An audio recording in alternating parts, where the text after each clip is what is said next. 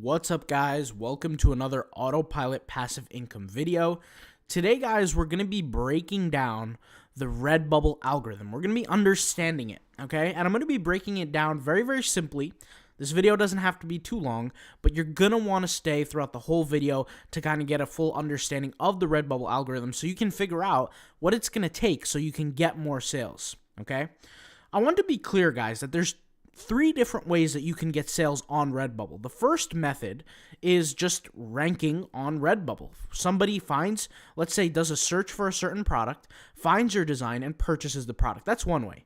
The second way is if you do promotion outside of Redbubble, let's just say on Instagram or on Pinterest, to promote your product. It doesn't have to be on Instagram and Pinterest. It could be on any social media, but in general, outside marketing, whether it be a website, etc.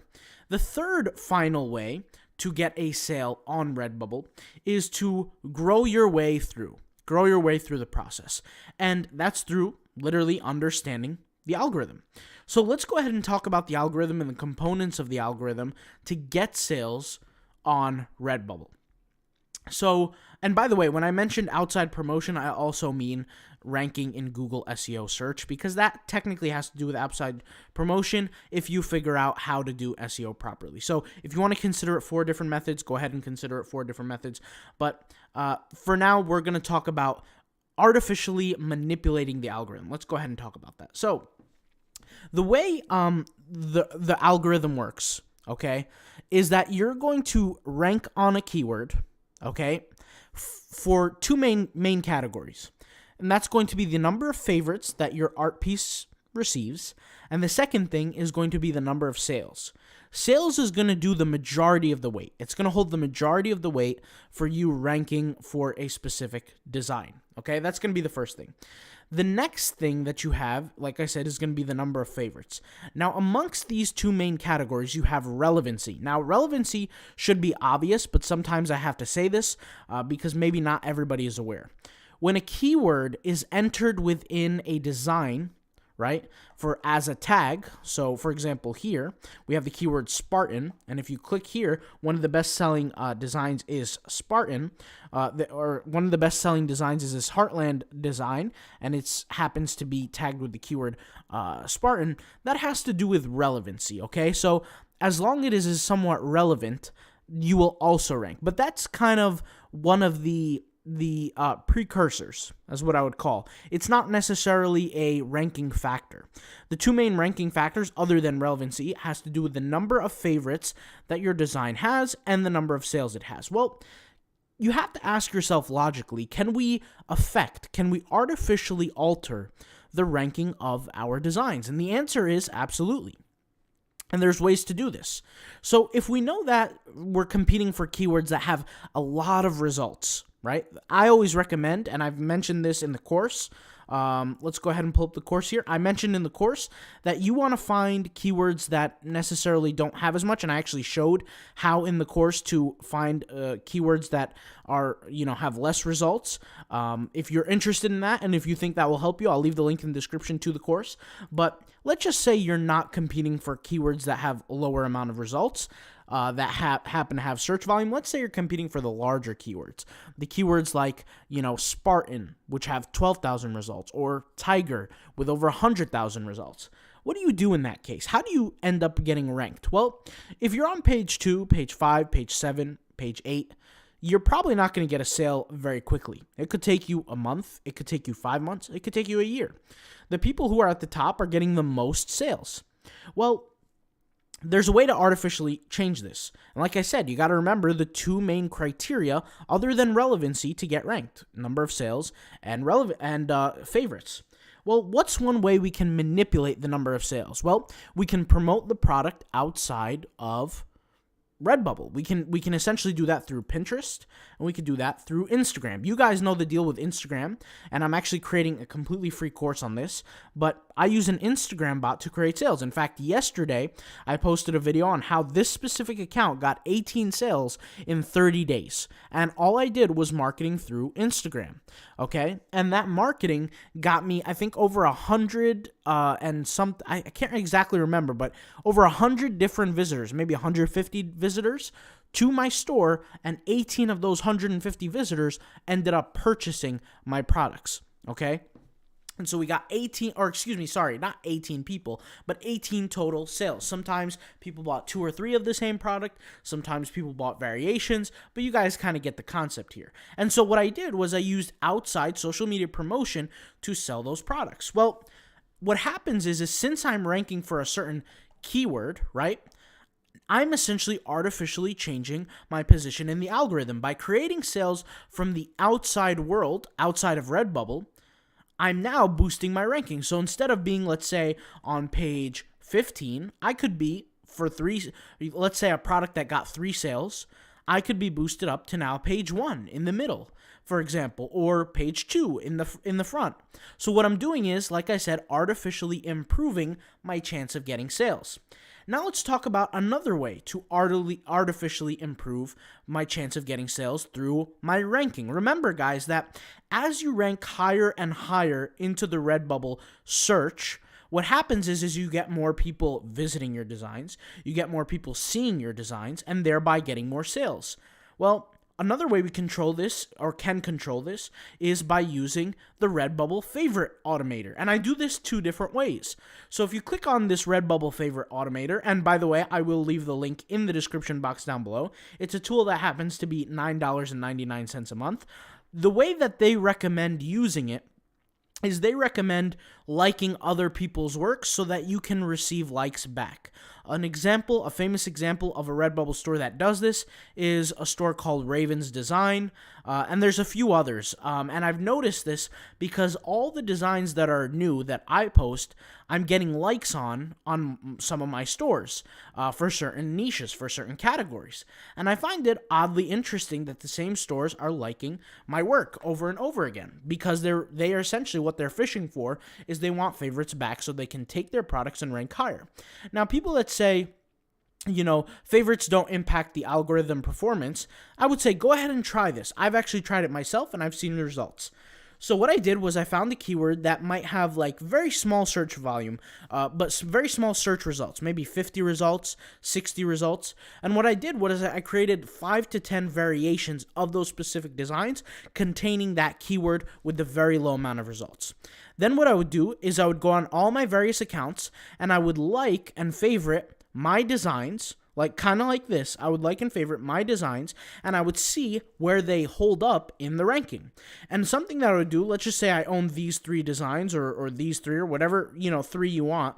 I would like a different amount on each one. So for example, let's say this design was mine, this design was mine, this design is mine. What I would do is I would get 5 of my accounts to like this one, get 2 of my accounts to like this one, or favorite in this case, and I would get 1 account to favorite this one. And I would see how the ranking would change. And every single time when I started liking or favoriting more on one design, the product started to move higher into the ranking. Now, granted, it wasn't a whole page, or it wasn't a whole 3 pages, obviously, because the results were very low anyway, so they were on the first page anyway, but they started to climb up, let's say from this row to all the way to this row. I've actually noticed for certain designs that I had, it went from the very bottom of the page to the second row. I've had also another case where I was somewhere in the middle, I believe after the 3rd row, I think somewhere on the 4th row maybe, and I was actually ranking now at the very first row on the last design. And so really what that does is shows you is that favorites play a big role into getting ranked, and it actually makes a whole lot of sense.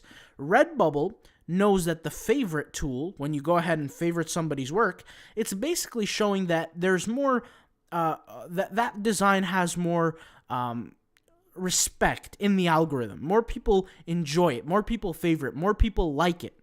And by that definition, if more people favorite it and like it, that means more people are going to continue to like it, and it has the highest potential to make sales. So it only makes sense for Redbubble to include that feature in the Redbubble algorithm. Now, there's 2 ways to automate this process, okay? The first thing, like I said, is what you could do is you can favorite other people's works. So you can search a certain category, maybe click on a certain button and favorite other people's works and hope that, they're going to favorite works for you back. And that was actually, from what I could see here, the original purpose of the tool. But for me, what I actually do is, since I have so many Redbubble accounts, is I'll go from account to account to account, favoriting my own work, thereby increasing the amount of favorites that I have on my own stores, sharing the number of favorites. Now, there's going to be a few questions about this that people typically have, is like, number one, is there anything wrong with it? Can Redbubble, kick you off their platform for doing this or whatever? And the answer is no, because the favorite tool, First of all, I'll just say this. I've tested it, and the answer is no, nothing happened. I've done over hundreds of favorites a day, 200, 300 favorites a day, and nothing has happened. I've done it consistently. I've also seen people do it every single day, and when I say I've seen people, I follow certain people, and it will show me how many works that they favorited, and they will favorite hundreds and hundreds of different works. Nothing will happen to them. Their accounts won't disappear. And on top of that, you have to literally think in a customer point of view. If I'm a customer and I'm favoriting different designs, why would Redbubble penalize me for that? They're not going to. So really what this is, guys, is this is a loophole, a cheat code, in the Redbubble algorithm system. Now, can I sit here and manually do these favorites? Absolutely, but I personally don't. As you guys know, I like to automate certain processes. So what do? I use the tool to do it for me. Now, this tool is the exact same thing as this link right here. This is where you actually get the tool. And they have a whole article, I guess you could say here, like on how to use it, what to do with it, etc. I'm just going to show you guys how to do it here. And what this will do is this will increase your chance of ranking slightly. It helps. So here's an example. So let's take the word dagger here, okay? And we have a whole bunch of different designs for dagger. What I'm going to do is I'm going to click on this, make sure the tool is on, and very simply, I put some numbers here. Like, let's say I want a favorite quantity of 30 total designs to favorite. Let's just say for the sake of the video, let's do 15. Okay, and I want the delay from 2 to 6 seconds. That means every 2 to 6 seconds, I'm going to perform a favorite. So I'll go here, and I'll just click start, and it will kind of do its thing for me. And remember, I only click once, and there you go. Here's the first one, and it will just continue to favorite, okay? Now, what I'll do is, instead of doing this, I'll actually pull up my own store. So instead of favoriting other people's works, which obviously can get you more likes, and it does, and I've seen that it does, what I like to do something a little bit different. Like I said, I realize the cheat code with the system, especially if you have multiple Redbubble accounts. What I'll do, let me just go ahead and just stop this immediately by turning off the stop switch, is I'll click on one of these designs. Let's just say I'll search for my specific design. Once I find my store, I'll open up my store kind of like this. And then once I've opened up the store, just like this, I'm going to turn on the bot to work for me. So let's just go ahead and click on Explore Designs here. I'd rather actually be on this page instead, okay? And what I'll do is I'll go to the tool, and like I said, this is not the original purpose of the tool, but I've done this anyway, and it seemed to have worked for me. So click on this, and mind you, this is an example of a store of mine. This is not my actual store, but I'm giving you an example. And I'll go here to my store, and I'll hit Start Automation. And like I said, it goes from 2 to 6 seconds, and you can see here, it's already starting to work on favoriting the whole entire catalog. You can see here it started. So basically, like I said, what the purpose of this is that I'll go on my other accounts and I'll start liking my own work. And I'll go from store to store to store to store, and it will be essentially a whole new process every single day after I create a whole bunch of designs. And the good thing about this is that Redbubble allows us 60 different works per day. So I can do this across multiple accounts and really share all the love between all the accounts, which is going to be totally epic, totally awesome. So that's kind of the game plan, the approach behind it. But with that being said, the cool thing about this whole process is that what you're really doing, and let me just go ahead and stop this here because this is getting a little distracting for me, is you're automating the process to give you that extra inch of success, to give you that extra little bit, that push forward. Does that make sense? And so Now, what I'm doing is, since I'm promoting my products outside of Redbubble by, getting sales outside of Redbubble through Instagram and Pinterest. And by the way, guys, I'm still working on learning Pinterest to its full ability. I'm still working on learning it and getting better at it. But with Instagram, I've happened to be really good at it. And like I said, if you should go ahead and check out yesterday's video. I'll leave a link in the description box to yesterday's video if you guys happen to want to see it. How I got the 18 sales in probably less than 30, maybe 30 days, I would say. 30 days is a good number, is probably the right number. But within 30 days, 18 sales. Within first 18 hours of my first sale, solely using Instagram. And then after that, like I said, using this tool to just give me that little bit of an edge to favorite my own works and get them ranked a little bit higher. And what's going to happen is, over time, the more I do this over and over and over again, I'm increasing my chance of being seen, and that's going to create a cumulative effect. Now, for those who are interested in learning about the Instagram, how I do it and all this, I'll be coming out with a free course soon. It's going to have its own members area. It's going to do everything. And that's just my way of saying thank you to the people and thank you to everybody who's been supporting the channel and who just, enjoys the channel. That's going to be my way of saying thanks, and it's my way of giving back. All right? And it's essentially, I was going to run a free giveaway on it, but I said, why do a free giveaway? Just give it to everybody for free instead.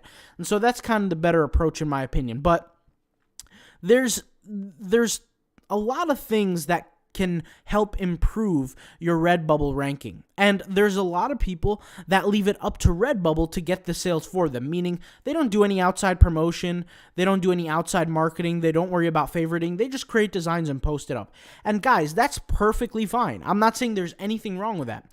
But if you happen to be part of that 1% that really, really want to push forward for your Redbubble success and give yourself the highest chance of success, well, then maybe you're going to want to look into promoting your designs outside of just Redbubble. And I'm not necessarily saying you have to use Instagram, or you have to use an Instagram bot the way I was doing it, or you have to use an automator. I'm not saying that you have to use any of these.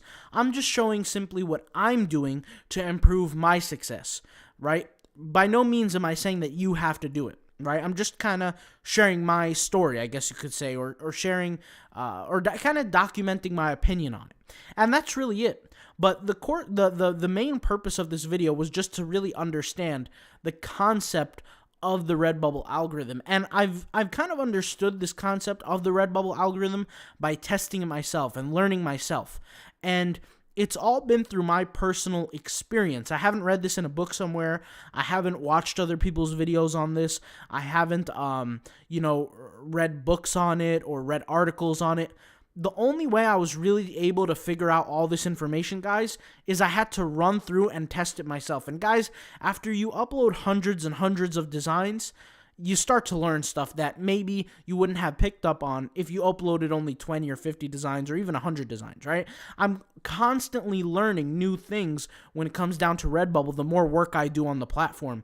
And like I said, by the end of next year, which is going to be by the end of 2022, I'm going to have over 20,000 designs across 10 different stores on Redbubble.